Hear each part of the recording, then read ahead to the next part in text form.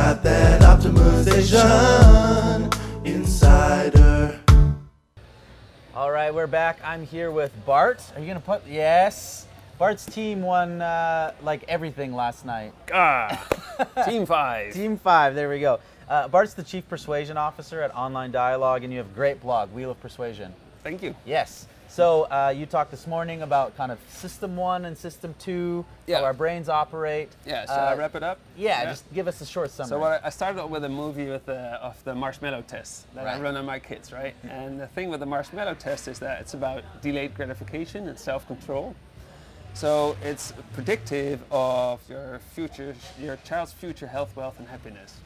And why is it predictive? Because in your child and in your own brain and in your donor's brain are two systems which are nowadays pretty well known. We call them System 1 and 2 nowadays. Used to have a lot of better terms for that. So I first showed the movie of the marshmallow test, and my youngest son is a nightmare. Right? By the age of 7, he was still not able to pass it. He's just craving for the marshmallow. Can I start? Can I start? And he throws it in his mouth. So he cannot delay his gratification. His System 1, right, his intuitive system, so overrules it. He's unable to control it with his conscious, more rational system that would actually end up in having 2 marshmallows, because that's what the test is about, right? If you don't eat the marshmallow, you get another one. So that's how I introduced the System 1 and System 2. I did some tricks with the audience to make them experience the 2 systems as well. Yeah, a couple of those blew my mind. Thank you. And I think what I try to achieve is just to have that imprinted first, right? If you're talking about psychology or behavioral science, this is the framework. There's a lot more happening inside your brain than you're consciously aware of. Yeah.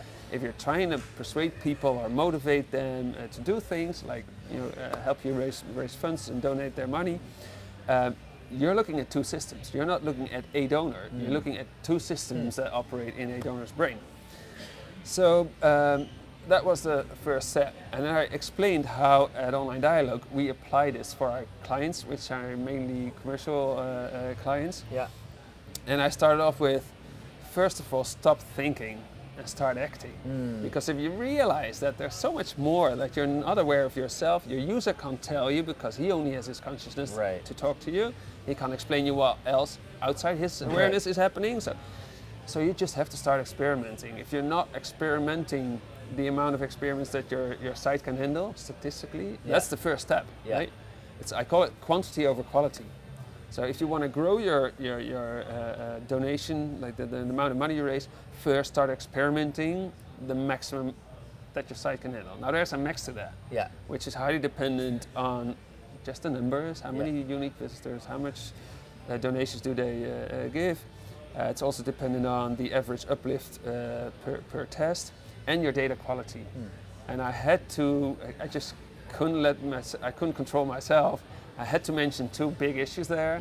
One of them is especially multi-device use. So people see both variations. You have to know how many people those are. Otherwise your statistics are invalid. And the other one is that people are focusing on significance, which is a good thing in science, because if you claim you found something, it better be true. But in business or in a fundraising business, you don't care. Because if you implement a winner that's not a winner, it's not going to hurt the amount of money you're raising, right? What you're interested in is not significance, but power, which is the beta, the chance that if you're right and you have a great idea, right? It's your new baby, and it will boost the funds that you raise.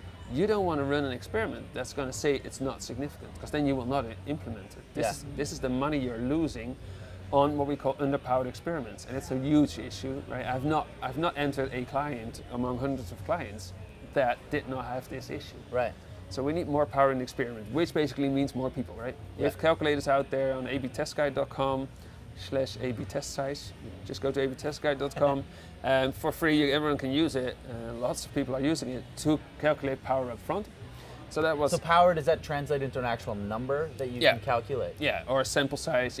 Or duration of the test. Gotcha. Yeah. And usually we work with 80% power, meaning that of the 10 good ideas we have, 8 of them will be proven right by our experiments. Right? We'll still miss 2. But you need to set a line, because there's also You don't want to, if you go to like 90 or 95% power, you need so many people, so it's such a huge sample size. Right. That's also not helping. So the rule of thumb as a power level to go by is 80%. Okay. Which is the standard setting in the tools we offer. Yeah. So, but this quantity over quality concept is, I think, the first step. Forget about psychology, right? First, start experimenting. For some NGOs, it'll be a lot of fun because they have large numbers, they can run a lot of experiments. For some, they have to go to this second step immediately, because after you've reached your maximum quantity, the next way to raise your funds is to increase the quality of the experiments. And then that's where behavioral science comes in. And I introduced what I call the square of persuasion, which is, can I go continue? Yeah, this is great, yeah. So the idea is very simple. If you realize there are two systems in your brain, right? Yeah. The first thing you want to know is which of the two systems is active? Or better framed, is system 2 active or not? Because system 1 is always active, right? Right. And if you're able to analyze this, and I gave some hints on how to find it, it's in the slides, people following the ideal path tend to be very goal-directed, in conscious control. People that are all over the place are not so much controlling their behavior, just clicking whatever gets their attention. And so I have a whole list of indicators of system 2, controlling system 1, or only system 1. Yeah. But then the next question is, and that's where it becomes a matrix with 4 quadrants, is that which of the two systems is my desired system? Do I want them to make a rational decision, or do I want them to go by their intuition? And usually, if people are goal-directed, system 2 driven, you want to keep them in that state. Yeah. And the other way around, if it's system 1 driven, only system 1, you want to keep them in system 1. So primarily focused on those. You don't want to be switching systems. You don't want to be in the. I mean, sometimes you are obliged to, but it's harder to switch off system 2 or activate system 2 than it is just to keep it active or keep it asleep. Yeah. And then if you realize that if people are goal-directed in conscious control, there's a whole bunch of scientific models out there that can help you out. I think one of the most elegant one is B.J. Fogg's behavioral model. Main pillars are motivation and ability. That's been, basically all models that are in the conscious part are based on motivation and ability. Ability, make it as easy as possible, or perceived as easy as possible. Yeah. And motivation, just keep them motivated for this goal. I mean, they came with a goal, so they are motivated. So what's the motivation? Keep that as a carrot on the stick and make the path as easy as possible. And that seems like that's where that's what most people are doing. Most people are doing, right? But it only applies for people that are donors that are in that mental state of conscious control, and you want to keep them. You also have, if you run a Facebook campaign and people just see a nice looking ad, they click it, they're in a system 1 state of mind. You want to keep them there. There's something in the ad, a heuristic or a social thing, whatever, that trigger them.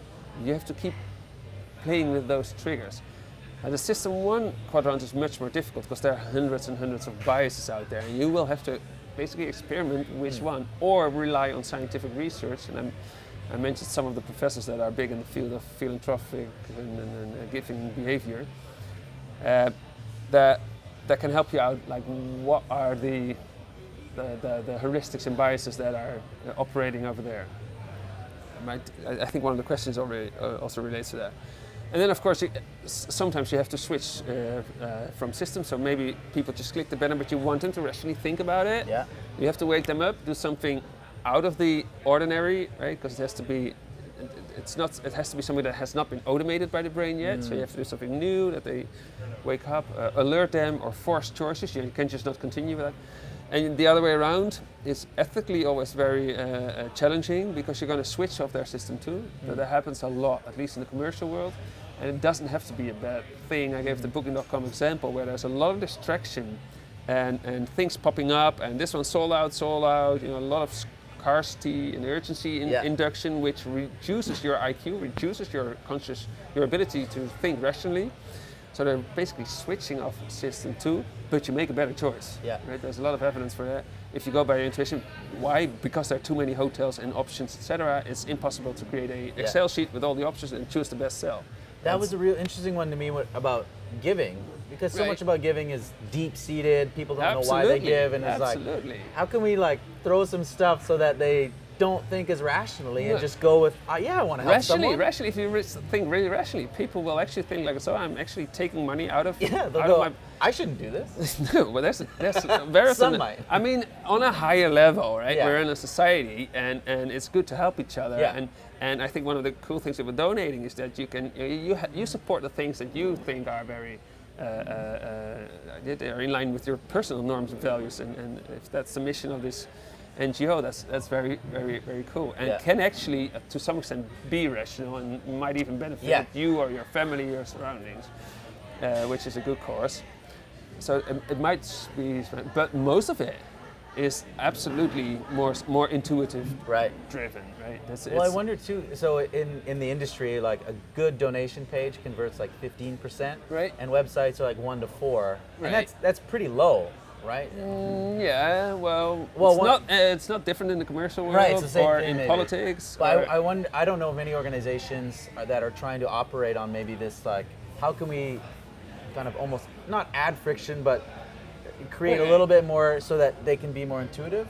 I'd be really interested to see. I don't know of any examples out there. I've never seen it, but in the commercial world we have a lot of examples. Yeah. We call adding friction, adding distraction. Adding distraction, okay. Or what we call, when you put jam on a sandwich, the way it spreads is not important when you choose a bottle of jam, right? There's scientific studies that if you emphasize how easy it spreads, more people will buy it. Really? So we call it, it's an induced motivation, right? It wasn't a motivation, but we just induced it. And also, the cool thing about tactics like this is it detracts you from all the other aspects. You're only considering, and you're going to compare this jam, this jelly, with other ones. How spreadable are they, right? They don't say anything about it, but I'll take this one, right? This one's smooth. Oh, that's funny. Right. Man. So, in the commercial world, a lot of these are actively applied. It'd be very interesting to see that catching up in the NGO world, in the non-profit world.